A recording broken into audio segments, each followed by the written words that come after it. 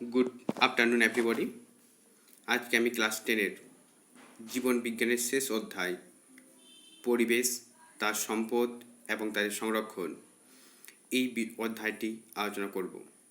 তোমরা একটু মন দিয়ে শোনো। তো পরিবেশ বলতে আমরা কি বুঝি? আমরা যেখানে বসবাস করি তার আশেপাশে নদী নালা, খাল বিল, পশু পাখি, গাছপালা সমস্ত কিছুই নিয়ে হচ্ছে আমাদের পরিবেশ। আর এগুলোই হচ্ছে পরিবেশের সম্পদ। যেমন বনজ সম্পদ, বনের মধ্যে অনেক গাছপালা রয়েছে, পশু পাখি রয়েছে, এইগুলো হচ্ছে আমাদের বনজ সম্পদ। এছাড়া হচ্ছে খনিজ সম্পদ রয়েছে, জল সম্পদ রয়েছে। এই প্রত্যেকটা সম্পদকেই আমাদের সংরক্ষণের প্রয়োজন রয়েছে। আর আমরা যদি এই বনজ সম্পদ, খনিজ সম্পদ, জল সম্পদ এইগুলোকে সংরক্ষণ না করি, তাহলে আমরা আমাদের জীববৈচিত্র্য যে রয়েছে বা বাস্তুতন্ত্র রয়েছে, সেই বাস্তুতন্ত্রটা বিঘ্ন ঘটবে বা এগুলো ধ্বংসের মুখে চলে যাবে এগুলো। তো আজকে আমরা ফার্স্ট যে বিষয়টি নিয়ে আলোচনা করব তা হলো নাইট্রোজেন চক্র বা নাইট্রোজেন সাইকেল। এই নাইট্রোজেন চক্রের মধ্যে কি কি বিষয়গুলো পড়ব সেটা আগে একবার দেখে নিই। প্রথমে পড়ব নাইট্রোজেন চক্র কি, নাইট্রোজেন চক্রের ধাপসমূহ, নাইট্রোজেন চক্রের তাৎপর্য, মানুষের ক্রিয়াকলাপ ও নাইট্রোজেন চক্র। মানুষের ক্রিয়াকলাপ ও নাইট্রোজেন চক্র মানে কি? মানুষের যে বিভিন্ন ধরনের ক্রিয়াকলাপ যা নাইট্রোজেন চক্রের বিঘ্ন ঘটায়, ওটাকেই এখানে বোঝানো হয়েছে। প্রথমে আসছি নাইট্রোজেন চক্র সম্পর্কে। এই নাইট্রোজেন চক্র কি সেটা বলার আগে এই নাইট্রোজেন সম্পর্কে আগে একটু জেনে নিই। আমাদের বায়ুমণ্ডলে বিভিন্ন ধরনের গ্যাসীয় উপাদান রয়েছে। নাইট্রোজেন রয়েছে, অক্সিজেন রয়েছে, কার্বন ডাইঅক্সাইড রয়েছে, এছাড়া আবার বিভিন্ন ধরনের গ্যাসীয় উপাদান রয়েছে। এদের মধ্যে নাইট্রোজেনের পরিমাণটা সব থেকে বেশি পরিমাণে থাকে। কত থাকে? 77.17% থাকে। অক্সিজেন থাকে 20.60, আর কার্বন ডাইঅক্সাইড থাকে কত? 0.04% থাকে। এছাড়াও আবার বাকি গ্যাসীয় উপাদানগুলো রয়েছে। আমরা যেমন বাতাস থেকে অক্সিজেনটাকে গ্রহণ করতে পারছি, এছাড়াও উদ্ভিদরাও কি হয়, কার্বন ডাইঅক্সাইডটাকে গ্রহণ করতে পারে, কিন্তু বাতাসের মধ্যে যে নাইট্রোজেন রয়েছে সেটাকে আমরা বা উদ্ভিদরা কেউ সরাসরি গ্রহণ করতে পারে না ওই বাতাসের নাইট্রোজেনটাকে। কিন্তু কতগুলো নাইট্রোজেন সংবন্ধনকারী ব্যাকটেরিয়া রয়েছে, যেমন এজিটোব্যাক্টর, ক্লস্ট্রিডিয়াম, এছাড়া কতগুলো নিরাপদ সবুজ শৈবাল রয়েছে, যেমন অ্যানাবিনা, নস্টক। এগুলো কী করে বাতাসের নাইট্রোজেনটাকে ওরা সরাসরি গ্রহণ করতে পারে। আর মাটিতে এই নাইট্রোজেনটা কী রূপে সঞ্চিত থাকে? আর মাটিতে নাইট্রোজেনটা সবসময় নাইট্রেট রূপে সঞ্চিত থাকে। আর ডিনাইট্রিফাইং প্রক্রিয়ায় নাইট্রেট যৌগ ভেঙে নাইট্রোজেন উৎপন্ন হয় এবং বায়ুতে ফিরে যায়। তাই কি বললাম, এই যে ব্যাকটেরিয়ার কথা বললাম, ওরা কি করছে? বাতাসে নাইট্রোজেন গ্রহণ করছে, কিন্তু যখন এই মাটির মধ্যে থাকে ব্যাকটেরিয়াগুলো, যখন মাটির মধ্যে থাকেন অবস্থায় এটা কি নাইট্রেট যৌগ রূপে থাকছে ওই নাইট্রোজেনটা কিন্তু, এবং পরবর্তীকালে ডিনাইট্রিফাইং প্রক্রিয়ায় সেই নাইট্রেট যৌগটা ভেঙে গিয়ে আবার নাইট্রোজেনে পরিণত হয় এবং আবার বায়ুতে ফিরে যায়। এরপর নাইট্রোজেন চক্রে আসি। এই নাইট্রোজেন চক্রটা কীভাবে চক্রাকারে আবর্তন হচ্ছে সেটা একবার দেখি। বায়ুমণ্ডলের নাইট্রোজেন প্রাকৃতিক উপায়ে বা জীবাণু দ্বারা আবদ্ধ হয়ে মাটিতে মেশে। ঠিক আছে, তা কি বললাম, বায়ুমণ্ডলের মধ্যে যে নাইট্রোজেন রয়েছে সেটা প্রাকৃতিক উপায়ে বা জীবাণু দ্বারা আবদ্ধ হয়ে মাটিতে মেশে। তারপর সেখান থেকে জীবদেহে প্রবেশ করে এবং জীবদেহ থেকে আবার পুনরায় বায়ুমণ্ডলে ফিরে যায়। তা প্রথমে কি বললাম, বাতাসের মধ্যে যে নাইট্রোজেন রয়েছে সেটা কি হবে? প্রাকৃতিক উপায়ে বা জীবাণু দ্বারা মাটির মধ্যে আবদ্ধ হবে, এরপর মাটির থেকে আবার জীবদেহে যাবে, জীবদেহ থেকে সেটা আবার বায়ুর মধ্যে ফিরে যাবে। এটাই হচ্ছে নাইট্রোজেন চক্র। এটাকে যদি আমরা একটা ডায়াগ্রামের আকারে দেখাই তা এরকম দেখতে হয়। এই যে নাইট্রোজেন ইন অ্যাটমসফিয়ার মানে বায়ুমণ্ডলের মধ্যে নাইট্রোজেন, এই বায়ুমণ্ডলের মধ্যে নাইট্রোজেনটা কী হবে, এই যে বললাম কতগুলো ব্যাকটেরিয়া, সবুজ শৈবাল, এগুলোকে ওরা অ্যাবজর্ব করবে বা শোষণ করবে, শোষণ করে এটাকে মাটির মধ্যে নিয়ে যাবে। মাটির মধ্যে কিন্তু নাইট্রোজেন রূপে থাকবে না, এটা নাইট্রেট রূপে মাটির মধ্যে আবদ্ধ থাকবে। এরপর মাটি থেকে এটা উদ্ভিদে যাবে, উদ্ভিদ থেকে যাবে অ্যানিমেলস বা প্রাণীতে যাবে, সেখান থেকে আবার বাতাসে ফিরে যাবে। ওই প্ল্যান্টটা যখন কোনো উদ্ভিদ যখন মারা যায় তখন নাইট্রোজেনটা বাতাসের মধ্যে চলে যায়, বা কোনো প্রাণী যখন মারা যায় তখন তার দেহ থেকে নাইট্রোজেনটা আবার বাতাসের মধ্যে চলে যায়। এটা হচ্ছে এটা নাইট্রোজেন চক্র। এই নাইট্রোজেন চক্র কতগুলো ধাপের সমূহে হয়ে থাকে, সেই ধাপগুলো কি কি? প্রথমে হচ্ছে কি নাইট্রোজেনের স্থিতিকরণ বা নাইট্রোজেন ফিক্সেশন, দ্বিতীয় কি ammonification, 3 number nitrification, 4 number denitrification. এই 4টি পদ্ধতির মাধ্যমে নাইট্রোজেন চক্রটা সম্পন্ন হয়। প্রথমে আসছি নাইট্রোজেন স্থিতিকরণ বা নাইট্রোজেন ফিক্সেশন। এটা 3টি ভাবে ঘটে। প্রাকৃতিক উপায়ে যাকে আমরা বলছি প্রাকৃতিক নাইট্রোজেন স্থিতিকরণ, জীবজ নাইট্রোজেন স্থিতিকরণ আর শিল্পজাত নাইট্রোজেন স্থিতিকরণ। এই 3টি পদ্ধতির মাধ্যমে নাইট্রোজেনটা ফিক্স হতে পারে বা স্থিতিকরণ ঘটতে পারে।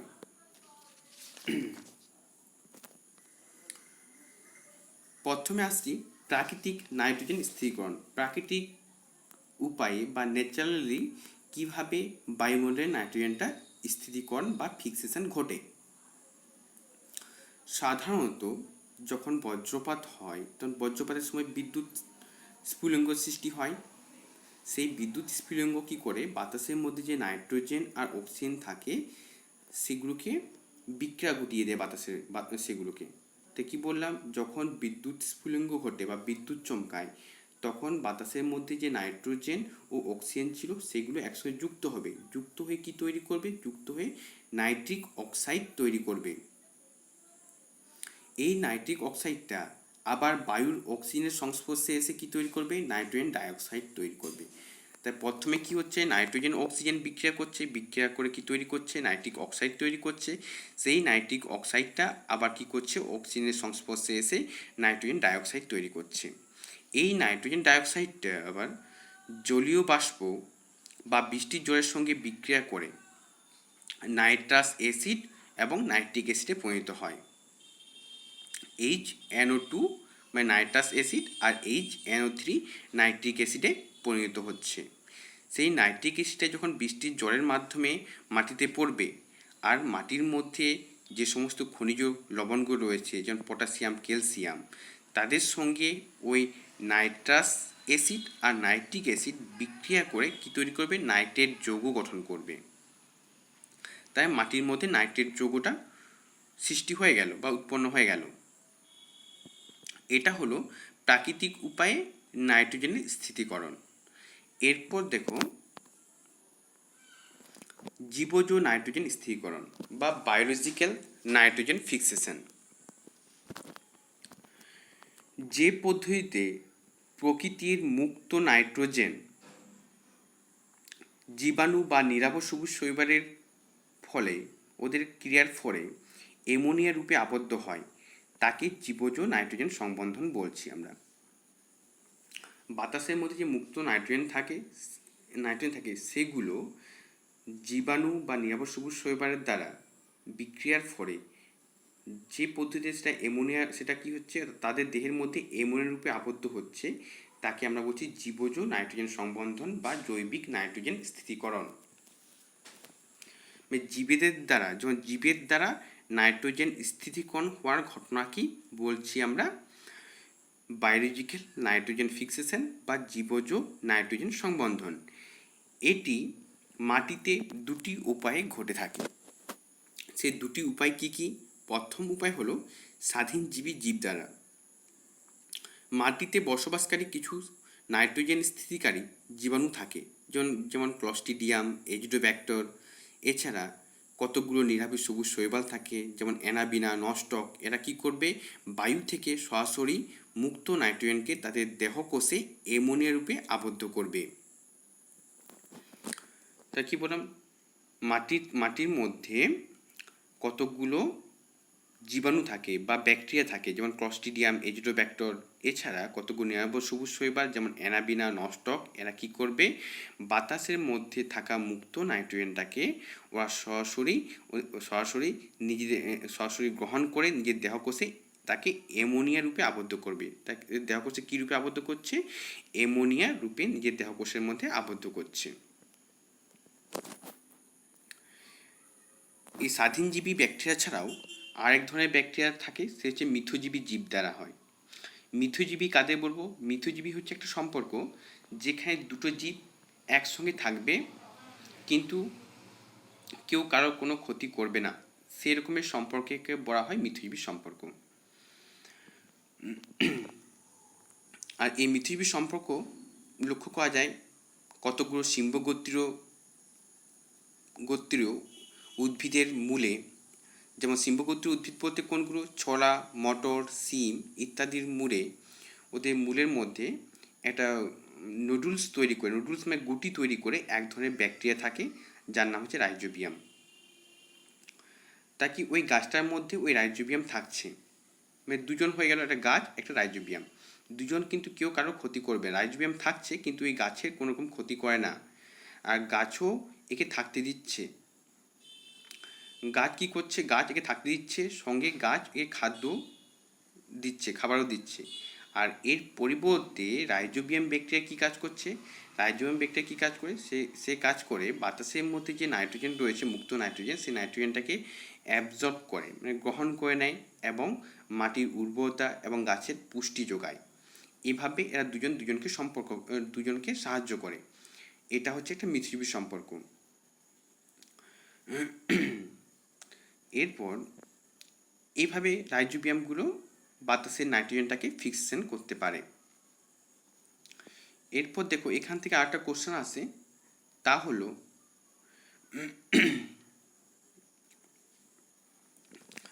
লেগ হিমোগ্লোবিন বলতে কি বোঝো?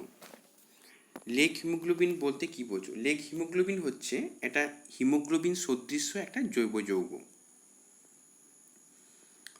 তা কি বললাম, লেগ হিমোগ্লোবিনটা কি? এটা হচ্ছে হিমোগ্লোবিন সদৃশ্য একটা জৈব যৌগ।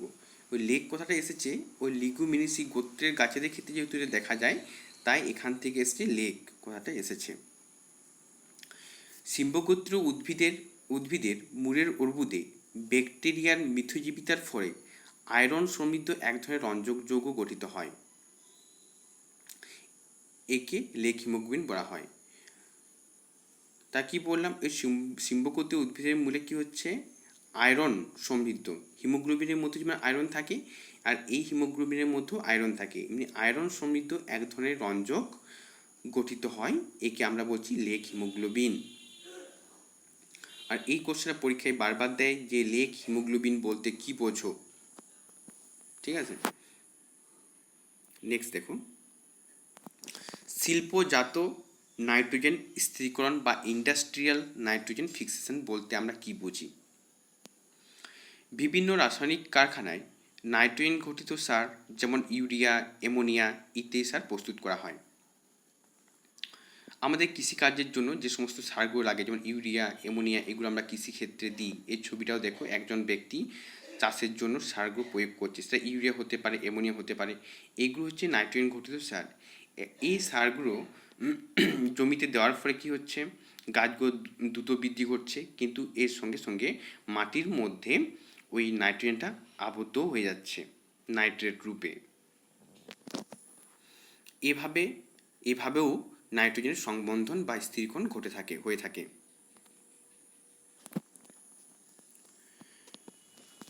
এরপর দেখো, ফার্স্ট 1 নাম্বার ছিল আমাদের নাইট্রোজেন ফিক্সেশন বা নাইট্রোজেন স্থিরীকরণ। এই ঘটনা ঘটলো, বিভিন্ন উপায়ের মাধ্যমে ঘটলো। এরপর হয় কি? এরপর ঘটে অ্যামোনিফিকেশন। অ্যামোনিফিকেশন কাকে বলবো আমরা?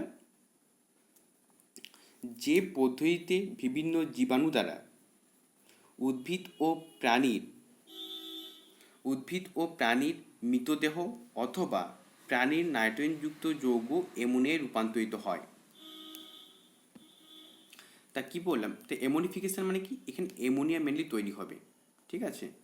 সেই অ্যামোনিয়া তৈরি হবে কিভাবে, উদ্ভিদ বা প্রাণীর মৃতদেহ অথবা প্রাণীর নাইট্রোজেনযুক্ত যৌগ, প্রাণীর দেহে যে নাইট্রোজেনযুক্ত যৌগ সেটা অ্যামোনিয়ায় রূপান্তরিত হয়, তাকে আমরা বলছি অ্যামোনিফিকেশন। আর এই অ্যামোনিফিকেশন করতে সাহায্য করে কতগুলো ব্যাকটেরিয়া, যেমন বেসিলাস মাইকোয়েডিস আর বেসিলাস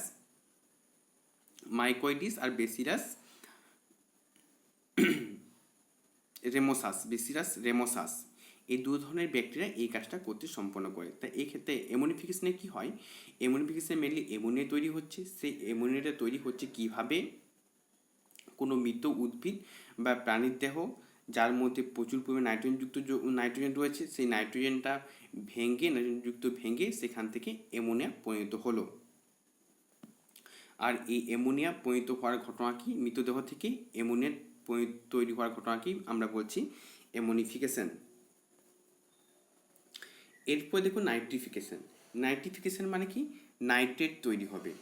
নাইট্রেট তৈরি হবে কোথা থেকে, অ্যামোনিয়া থেকে। এই যে মাটির মধ্যে যে অ্যামোনিয়া তৈরি হলো, সেই অ্যামোনিয়া তৈরি হলো, সেই অ্যামোনিয়া এরপর কি হবে, নাইট্রাইট ও প্রথমে নাইট্রাইট পরে নাইট্রেটে রূপান্তরিত হবে, তাকে আমরা বলছি নাইট্রিফিকেশন। আর এই নাইট্রিফিকেশন করতে সাহায্য করে কতগুলো ব্যাকটেরিয়া, যেমন নাইট্রোসোমোনাস, নাইট্রোব্যাক্টার। তা নাইট্রিফিকেশন কি রয়েছে, মাটির মধ্যে যে অ্যামোনিফিকেশন প্রক্রিয়ায় মাটির মধ্যে যে অ্যামোনিয়া তৈরি হয়েছিল, সেই অ্যামোনিয়াটা এরপর ভেঙে কি হবে, প্রথমে অ্যামোনিয়াটা ভেঙে প্রথমে নাইট্রাইট উৎপন্ন হবে, পরে সেই নাইট্রাইট থেকে নাইট্রেট তৈরি হবে। এই অ্যামোনিয়া থেকে এই নাইট্রেট তৈরি হওয়ার এই পুরো পদ্ধতিকে বলা হয় নাইট্রিফিকেশন। আর এই নাইট্রিফিকেশনে সাহায্য করছে নাইট্রোসোমোনাস ও নাইট্রোব্যাক্টার নামক দু ধরনের ব্যাকটেরিয়া সাহায্য করে। এরপর দেখো ডিনাইট্রিফিকেশন মানে কি, মাটিতে বসবাসকারী কিছু জীবাণু মাটিতে আবদ্ধ নাইট্রোজেন যৌগ, এই যে নাইট্রেট যৌগ, এই যেটা মাটির মধ্যে আবদ্ধ হলো, সেই নাইট্রেট যৌগটা এরপর নাইট্রেট যৌগটাকে ভেঙে সেখান থেকে মুক্ত নাইট্রোজেনকে বায়ুমণ্ডলে ফিরিয়ে দেবে। তা কি বললাম, যে পদ্ধতিতে জীবাণু দ্বারা নাইট্রেট বা অন্য নাইট্রোজেন ঘটিত যৌগ ভেঙে গিয়ে পুনরায় নাইট্রোজেন গ্যাস উৎপন্ন হয় এবং তা পুনরায় বায়ুমণ্ডলে ফিরে যায়, তাকে বলছি ডিনাইট্রিফিকেশন। তা নাইট্রেট যৌগ নাইট্রেট থেকে এবার কি তৈরি হবে, নাইট্রোজেন উৎপন্ন হবে এবং সেটা পুনরায় বায়ুমণ্ডলে ফিরে যাবে। আর এই ঘটনাকে বলছি ডিনাইট্রিফিকেশন। আর ডিনাইট্রিফিকেশনে সাহায্য করে যে সমস্ত ব্যাকটেরিয়া, সেগুলো হলো সিউডোমোনাস, থায়োবেসিলাস, এগুলো ডিনাইট্রিফিকেশনে সাহায্য করবে। তাহলে আমরা এটা পুরোটা কিন্তু নাইট্রোজেন চক্রের মধ্যে সম্পূর্ণ হয়ে গেল। তো এর মধ্যে আমরা কি দেখলাম, প্রথমে নাইট্রোজেন স্থিরীকরণ ঘটলো, তারপর কি হচ্ছে, অ্যামোনিফিকেশন ঘটছে, নাইট্রিফিকেশন ঘটছে আর ডিনাইট্রিফিকেশন ঘটছে। বাতাসে প্রথমে নাইট্রোজেনটা বায়ুমণ্ডলের মধ্যে ছিল, সেখান থেকে তারপর মাটিতে আসলো, মাটি থেকে এরপর বিভিন্ন জীবদেহের মাধ্যমে আবার সেই পুনরায় বাতাসে ফিরে গেল। একটা চক্রাকারে ঘটনাটা ঘটলো। আর এটাই হচ্ছে নাইট্রোজেন সাইকেল। আর এই নাইট্রোজেন চক্রের তাৎপর্য বা ইম্পর্টেন্স বা গুরুত্বটা কি না, এই নাইট্রোজেন চক্রের মাধ্যমে কি হয়, নাইট্রোজেন চক্রের মাধ্যমে বাতাসের মধ্যে যে নাইট্রোজেন থাকে, যে পরিমাণ নাইট্রোজেন আছে তার ভারসাম্যটা বজায় থাকে এই নাইট্রোজেন চক্রের মাধ্যমে। আর কি হয়, দেহের প্রধান গঠনমূলক উপাদান হলো নাইট্রোজেন। আমার দেহ যে গঠিত হয়েছে তার বেশিরভাগ প্রধান উপাদান হচ্ছে নাইট্রোজেন, যেমন amino acid, protein, DNA, RNA, protoplasm সব কিছুই কিন্তু নাইট্রোজেন দিয়ে গঠিত হয়। দেখবে যখন তোমরা প্রোটিনের চেন দেখবে বা অ্যামাইনো অ্যাসিড দেখবে বা ডিএনএ দেখবে, ডিএনএর মধ্যে অনেকগুলো নাইট্রোজেন বেস থাকে, আরএনএর মধ্যে নাইট্রোজেন বেস থাকে, মানে প্রত্যেকটার মধ্যেই নাইট্রোজেন, প্রত্যেকটা সব কিছুই কী হয়, নাইট্রোজেন দিয়েই গঠিত হয়েছে। এরপর দেখো লাস্ট যে পয়েন্ট আমাদের, মানুষের ক্রিয়াকলাপ এবং নাইট্রোজেন চক্র।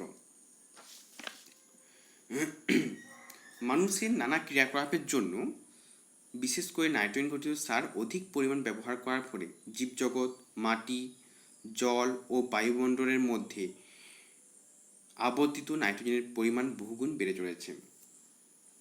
মানুষ কী করছে, তাই চাষবাস যাতে তাড়াতাড়ি হয় সেই জন্য মাটিতে প্রচুর পরিমাণে সার প্রয়োগ করছে। এর ফলে কী হচ্ছে, মাটির মধ্যে, জলের মধ্যে, এমনকি বায়ুমণ্ডলের মধ্যে নাইট্রোজেনের যে পরিমাণ থাকে সেটা বহুগুণ পরিমাণ বেড়ে যাচ্ছে। এর ফলে কী কী সমস্যা হতে পারে? এর ফলে যে সমস্ত সমস্যাগুলো হয়, এক হচ্ছে গ্লোবাল ওয়ার্মিং বা বিশ্ব উষ্ণায়ন সৃষ্টি হতে পারে। এই যে নাইট্রাস অ্যাসিড তৈরি হয়, nitrous acid N2O, nitrous acid তৈরি হলো, এটাও কিন্তু এটা বিশ্ব উষ্ণায়নের জন্য বা গ্লোবাল ওয়ার্মিংয়ের জন্য একটা অন্যতম প্রধান গ্যাস।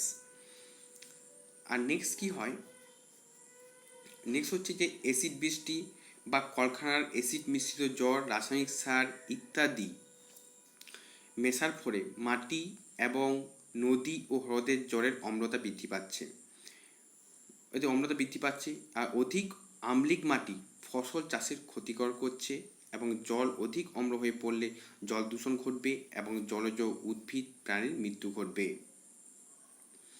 তা এইসব ঘটনা ঘটছে যে যদি নাইট্রোজেন চক্রের বিঘ্ন ঘটে বা মানুষ যদি অতিরিক্ত পরিমাণে নাইট্রোজেন সার এসব ব্যবহার করে, তা কী হবে, গ্লোবাল ওয়ার্মিং সৃষ্টি হবে, বিশ্ব উষ্ণায়ন সৃষ্টি হবে এবং এছাড়া মাটির অম্লত্ব বৃদ্ধি হবে, চাষবাস ঠিকঠাক হবে না। এমনকি সেই নাইট্রোজেন সমৃদ্ধ জল যদি নদীতে বা জলের মধ্যে মেশে, সেক্ষেত্রে জলের মধ্যে থাকা বিভিন্ন প্রাণীগুলো, উদ্ভিদগুলো তা মারা যাবে।